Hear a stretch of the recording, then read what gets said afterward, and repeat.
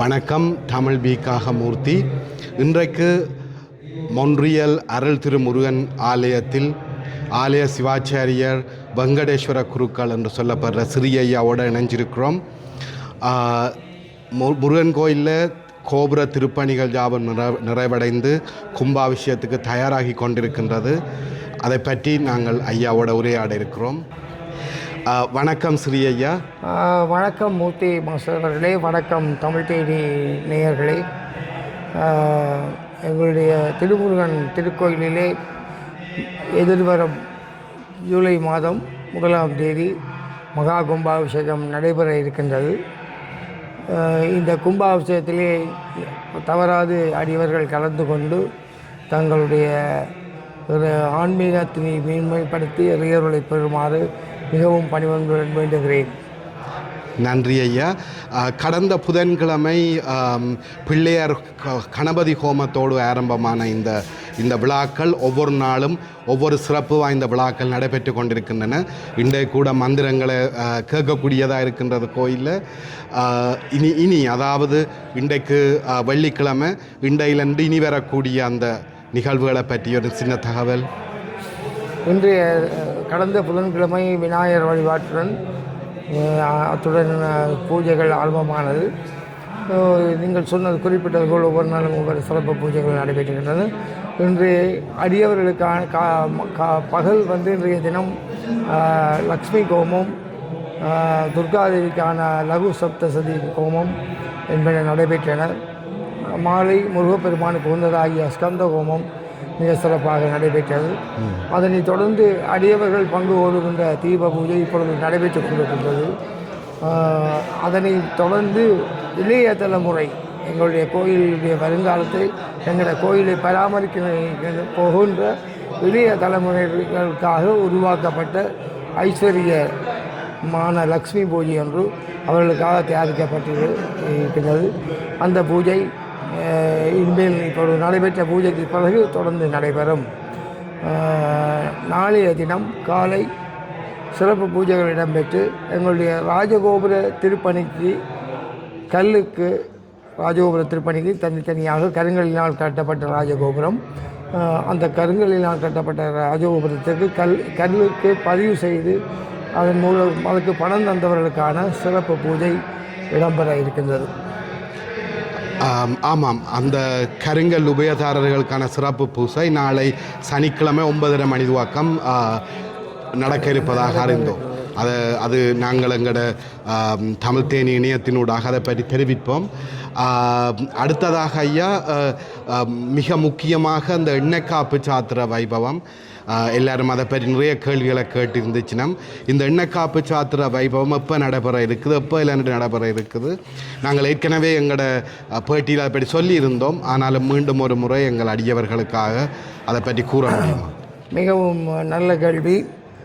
எங்களுடைய எண்ணெய்க்காப்பு 28/6/2026 காலை 8 மணி முதல் மாலை 9 மணி வரை, மீண்டும் ஒரு முறை ஞாயிற்றுக்கிழமை காலை 8 மணி முதல் இரவு 9 மணி வரை தொடர்ந்து ஆலயம் திறந்திருக்கும். இந்த எண்ணெய்க்காப்பு சாத்துகின்ற வைபவம் நடைபெறும். அதே போல் 29/6/2026 திங்கட்கிழமை காலை 8 மணி முதல் இரவு 9 மணி வரை எண்ணெய்க்காப்பு சாத்தலாம். 30/6/2026 செவ்வாய்க்கிழமை காலை 8 மணி முதல் மதியம் 1 மணி வரை இந்த எண்ணெய்க்காப்பு சாத்தப்படுகிறது. அதன் பிறகு நாங்கள் அதை நிறுத்திவிடுவோம் என்பதை கவனத்தில் கொள்ள வேண்டியிருந்தது. அப்போ 3 நாட்கள், ஞாயிற்றுக்கிழமை, திங்கட்கிழமை, செவ்வாய்க்கிழமை 3 நாட்களும் அருமையாக அது நடைபெற இருக்குது. அதில் அடியவர்கள் பங்கு பெற்ற வேண்டும். அதைத் தொடர்ந்து கும்பாபிஷேகம் 1ஆம் தேதி ஜூலை காலையிலேருந்து 7 மணிக்கு பழமையான பூஜைகள் எல்லாம் ஆரம்பமாகிவிடும். நண்பகல் 11 மணி 5 நிமிடத்தில் இருந்து மகா கும்பாபிஷேகம் நடைபெறும். அதற்கு முன்னாலே ராஜகோபுரம், தூபிகள், விமானங்கள் என்கின்ற தூபிகள் எல்லாத்துக்கும் கும்பாபிஷேகம் நடைபெற்று 15க்கு மூலவ பெருமானுக்கு கும்பாபிஷேகம் நடைபெறும். அதனைத் தொடர்ந்து மங்கள பொருட்களை பார்க்கின்ற அந்த வைபவம், தசதர்சனம் என்கின்ற அந்த வைபவம் நடைபெற்று மாலை மகாபிஷேகம் நடைபெறும். தொடர்ந்து 24 நாட்கள் மண்டலாபிஷேகம் காலையும் மாலையும் நடைபெற இருக்கின்றது என்பதையும் இங்கே தெரிவித்துக் கொள்கிறோம். அந்த மண்டலாபிஷேகத்தில் அநேகமாக எல்லா உபயங்களும் நிறைவேற புக்கு பண்ணியிருக்கிறார்கள், அதாவது தாங்கள் பதிவு செய்திருக்கிறார்கள். மேலதிகமாக 2-3 இடங்கள் சில பேர் வசதி குறைவு காரணமாக கேன்சல் பண்ணிக்கிறார், அதை வந்து ரத்து செய்திருக்கிறார்கள். அந்த உபயங்களை வேணுமென்றால் எடுத்து செய்யலாம் என்பதை இந்த தருணத்திலே சொல்லியிருக்கிறோம். சந்தோஷமான ஒரு விஷயம், கருங்கல் சந்தோஷமான ஒரு விஷயம் ஐயா. ஆலய கருங்கல் திருப்பணிக்கு வந்து இப்போ நான் அவை கேட்டிருந்தேன், அநேகமான கற்கள் விற்றிருக்கிறதாக சொல்லிச்சினம். இன்னும் ஒரு 80 கற்கள் கிட்டத்தான் விற்க இருக்கிறதா சொல்லியிருக்கணும். அதை இவங்கள் அடியவர்கள் கும்பாபிஷத்துக்கு முதலே அதை வேண்டுவார்கள் என்பதில் எந்த ஒரு கேள்வியும் எனக்கு இல்லை. அதே போல் இந்த மண்டலாபிஷேகம், இந்த 48 அபிஷேகத்தில் 2-3 தான் இருக்கிறதா சொல்லியிருக்கிறீங்க. அது மனதுக்கு ஒரு திருப்தியை தர விஷயமா இருக்குது. முருகன் கோயில் ஆலய திருப்பணிகள் வடிவாக சிறப்பாக நடைபெற இது உதவும். இந்த கும்பாபிஷேகத்துக்கு தேவையான பொருட்களை பற்றி ஒரு சிறு குறிப்பு. கும்பாபிஷேகத்துக்கு தேவையான பொருட்களை அடியவர்கள் விரும்புகின்ற அடியவர்கள் தங்கள் ஊழியமாக டொனேஷனாக கொடுக்கலாம். உதாரணமாக நெய், ஒரு அன்பர் தேவையான அளவு நெய் ஒரு அன்பர் வாங்கி கொடுத்திருக்கின்றார். தேவையான அளவு குருமார்களுக்கும் மற்றும் இறைவு மூர்த்தங்களுக்கும் தேவையான வேஷ்டி சால்வைகள் புடவைகளை ஒரு அன்பர் வாங்கி கொடுத்திருக்கின்றார். அப்படி ஓம திரவியங்களை எல்லாம் வாங்கி கொடுத்திருக்கின்றார். இது யாரும் கொடுக்க விரும்பினால் ஆலயத்திலே வந்து தொலைபேசி மூலமாக தொடர்பு கொண்டால் அவர்களுக்கு ஏற்ற மாதிரியான பொருளாதார வசதிக்கு ஏற்ற மாதிரியான இடைவெளிகளே இருக்கின்றது. இந்த கைக்கரியங்களிலே கலந்து கொண்டு அடியார்கள் எல்லாம் வல்ல முருகப்பெருமானுடைய பேரர்களை பரிமாற வேண்டுகிறோம். தொடர்ந்து மண்டலாபிஷேகம் நடைபெற்று பின்னர் ஆங்கிலத்துக்கு ஆகஸ்ட் மாதம் 9ஆம் தேதி எங்களுடைய கொடியேற்று வைபவம் நடைபெற இருக்கின்றது. அதனைத் தொடர்ந்து 15 நாட்கள் திருவிழா நடைபெற்று ஆகஸ்ட் மாதம் 22ஆம் தேதி சனிக்கிழமை தேர் திருவிழா நடைபெறும் என்பதை அறியத்திருக்கிறோம். 23ஆம் தேதி தீர்த்த திருவிழாவும் 24ஆம் தேதி பூங்காவன திருவிழாவும் நடைபெறும். எல்லாருக்கும் எல்லாம் வல்ல முருகப்பெருமானுடைய பேரருள் நிறைந்து கிடைக்க உங்களுக்கும் இந்த பேரருள் நிறைந்து கிடைக்க பிரதியிருந்து விடைபெற்றுக் கொள்கிறோம். நன்றி, வணக்கம். மிகவும் நன்றி ஐயா, சந்தோஷம். நீங்கள் பக்தர்கள் பார்த்து கொண்டிருக்கிறார்கள். நீங்கள் உங்களோட பூஜைகளை தொடர்ந்து செய்யுங்க. நன்றி ஐயா. ஒரு 2-3 சின்ன சின்ன கேள்வி நான் சரியான குயிக்காக கேட்குறேன். எங்களுடைய அன்பர்கள் சில பேர் கேட்டிருந்துச்சுன்னா அது ஒரு கேள்வி நீங்கள் ஏற்கனவே அதுக்குரிய பதிலை தந்திருக்கிறீர்கள். இந்த வருஷம் வளமை போல சிறப்பாக அனைத்து மகோத்சவ திருவிழாக்களும் வடிவாக வெளியிலே எல்லாம் நடைபெறும் வளமையாக நடக்கிற மாதிரி. இந்த கும்பாபிஷேகம் 12 வருஷங்களுக்கு ஒருக்கா செய்கிறது. இந்த தத்துவம் என்னையா? ஏன் 12 வருஷங்களுக்கு ஒருக்கா செய்ய? நல்ல கேள்வி கேட்டிருக்கிறீர்கள். 12 வருஷத்துக்கு ஒரு முறை நடைபெறுவ ஒரு மரபு இருக்கின்றது. அதே நேரத்தில் இடையிலே, அதாவது இப்போ நாங்கள் எல்லாம் 9 வருஷம் எங்களுடைய கும்பாபிஷேகம் நடைபெற்று 9 வருடம் ஆகிவிட்டது. எங்களுடைய ராஜகோபுரம் பழுதடைந்தபடியினால் புதுசாக கருங்கல்லிலே ராஜகோபுரத்தை தயார் பண்ணி செய்து நாங்கள் இந்த கும்பாபிஷேகத்தை செய்கின்றோம்.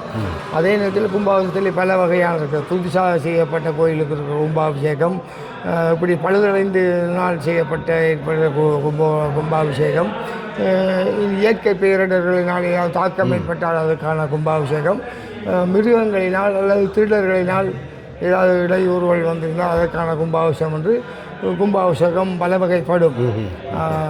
அந்த வகையில் இந்த நாங்கள் செய்யப்போகின்ற கும்பாபிஷேகம் வந்து இந்த ராஜகோபுர திருப்பணி நிறைவு செய்ததனால் அந்த கும்பாபிஷேகத்துடன் உங்களுடைய மூலாலயத்துக்கு வந்து முருகப்பெருமானுக்கும் சேர்த்து இன்னொரு கும்பாபிஷேகம் செய்ய வேண்டிய இல்லாமல் இந்த முறையும் சேர்த்து செய்திருக்கிறோம். அதுதான். அப்போ இந்த கும்பாபிஷேகத்துக்கு வந்து பார்க்க விரும்பும் அடியவர்கள் எல்லாரும் வந்து பார்க்க வேணும். இல்லாட்டி இன்னும் 12 வருடங்களுக்கிட்ட அதை அடுத்து காத்திருக்க வேண்டி வரும் அடுத்த கும்பாபிஷேகத்துக்கு. இதை வந்து ஒரு பெரிய திருவிழாவாக எல்லாருக்கும் மகிழ்ச்சி தரக்கூடிய ஒரு பெரிய பெருவிழாவாக அமையப் போகின்றது என்பதில் ஐயமில்லை. ஏன் அப்படி பெரிய திருவிழாவாக எல்லாரும் வந்து இதை ஊர்கூடி தேர்தலுக்கிற ஒரு நிகழ்வாக செய்ய வேணும் என்று நீங்கள் யோசிக்கிறீங்க? என்ன காரணம் என்று சொன்னால் முன்னைய காலத்திலே மகாராஜாக்கள், ராஜாக்கள், பெரிய தனவந்தர்கள் எல்லாரும் செய்து மிக கஷ்டமான விஷயத்தை இருந்தார்கள். இதே நேரத்தில் நாங்கள் இந்த கும்பாபிஷேகத்தை தொடர்ந்து பல்வேறு நாடுகளில் நிறைய சிவாச்சாரியர்களை அழைத்து மிக சிறப்பாக செய்வதனால் இதனுடைய பலன்களை அடியவர்கள் பெற வேண்டும். எல்லாருக்கும் அந்த பார்க்குற சந்தர்ப்பம் இருக்காது, அதை பார்க்க வேண்டும் என்பதற்காகத்தான். இதுக்காக தான் தமிழில் பெரும் சாந்தி விழான்னு சொல்லுகின்றோம். ஓமம். திருக்குறளுக்கு பெரும் சாந்தி விழான்னு சொல்லுகிறோம். சரி, வேறு ஏதாவது கேள்வி? நன்றி ஐயா, சந்தோஷம். உங்களோட நேரத்தை எடுத்து எங்களோட இந்த தகவல்களை பகிர்ந்து கொண்டதுக்கு நன்றி. ஜூலை 1ஆம் தேதி மிகச் சிறப்பாக நிறைய குருமார்கள் வந்திருக்கணும், வர இருக்கணும். அவை எல்லாரோடையும் ஆதரவோடு உங்களோட தலைமையில் நடைபெற இருக்கிற அந்த கும்பாபிஷேக பெருவிழாவை எல்லா பக்தர்களும் வந்து கலந்து கொண்டு சந்தோஷப்பட வேணும். நன்றி ஐயா, நன்றி. ஆமாம், இவ்வளவு நேரமும் ஸ்ரீ ஐயாவுடன் வெங்கடேஸ்வர குருக்கள் என்று சொல்லக்கூடிய தலைமை குரு, மொன்றியல் முருகன் ஆலயத்தின் தலைமை குரு அவர்களுடன் நாங்கள் உரையாடி இருந்தோம். 1ஆம் தேதி ஜூலை மாதம் பேங்க் ஹாலிடே, கனடா டே அன்றைக்கு எல்லா மக்களும் வந்து இதை ஊர்கூடி தேர் இழுக்கின்ற ஒரு பெருவிழாவாக எல்லோரும் ஒருங்கித்து நின்று அந்த கும்பாபிஷேகத்தை சிறப்பாக நடத்த வேண்டும். அந்த கும்பாபிஷேகத்துக்குரிய பொருட்கள் நிறைய அன்பர்கள் அதை தானமாக உபயமாக அளித்திருக்கின்றார்கள். ஆனால் இன்னும் பொருட்களுக்குரிய உபயம் தேவையாக இருக்கின்றது. அந்த முருகன் கோயிலுக்கு வந்து அந்த அலுவலகத்தில் அந்த நிர்வாகியிடம் தொடர்பு கொண்டால் நீங்களும் அந்த உபயத்தை ஏற்க முடியும். அதே போல் கும்பாபிஷேகத்துக்கு கருங்கல்லால் அமையப்பட்ட அந்த ராஜகோபுரம், அந்த ராஜகோபுரத்துக்கு அநேகமான கற்கள் திருப்பணிக்கு உபயங்கள் முடித்துவிட்டு என்று சொல்லுகின்றார்கள். நிர்வாகிகளின் கருத்துப்படி இன்னும் கிட்டத்தட்ட ஒரு 80 கற்கள் கிட்டவே இருக்கின்றன. எனவே யாராவது இன்னும் இந்த உபயத்தை செய்ய இருந்தால், திருப்பணி செய்ய ஆசை கொண்டிருந்தால், இந்த கும்பாபிஷேகத்துக்கு முதலே அந்த 80 கற்களும் விற்கப்பட வேணுமென்றது தமிழ்பி இணையத்தின் கருத்தாக இருக்கின்றது, பிரார்த்தனையாக இருக்கின்றது. எனவே எங்கள் நேயர்கள் யாருக்காவது விருப்பமாக இருந்தால் அதை தனியாக கூட வேண்ட வேணும் என்ற அவசியமில்லை. நீங்கள் எல்லோரும் சேர்ந்தே அதை வேண்டிக் கொள்ளலாம். ஒரு குடும்பமாக அல்லது நண்பர்களாக இணைந்து அந்த கற்களை வேண்டிக் கொள்ளலாம். வேண்டி அந்த ஆலய திருப்பணிக்கு உதவி செய்ய வேண்டும். இந்த கும்பாபிஷேகம் எல்லாம் வல்ல முருகப்பெருமான் அருளாலும் இங்கு உறைந்திருக்கின்ற அம்பாள் மற்றும் வெங்கடேஸ்வர பெருமான் விநாயகரின் அருளாலும் மிக சிறப்பாக நடைபெற வேண்டும். ஏற்கனவே ஸ்ரீ ஐயா கூறியது போல இன்று ஒரு விசேடமான விளக்கு பூசை, மங்கையர்கள் பங்கு பெற்றுகின்ற விசேடமான விளக்கு பூசை நடக்கின்றது. அதைத் தொடர்ந்து கும்பாபிஷேக செலவுகளுக்கு உபயத்தை அழைத்திருக்கும் இளம் தலைமுறையினர் ஒரு 250-300 பேர் அவர்கள உபயத்தில் தான் இந்த திருவிழா நடைபெற இருக்குது.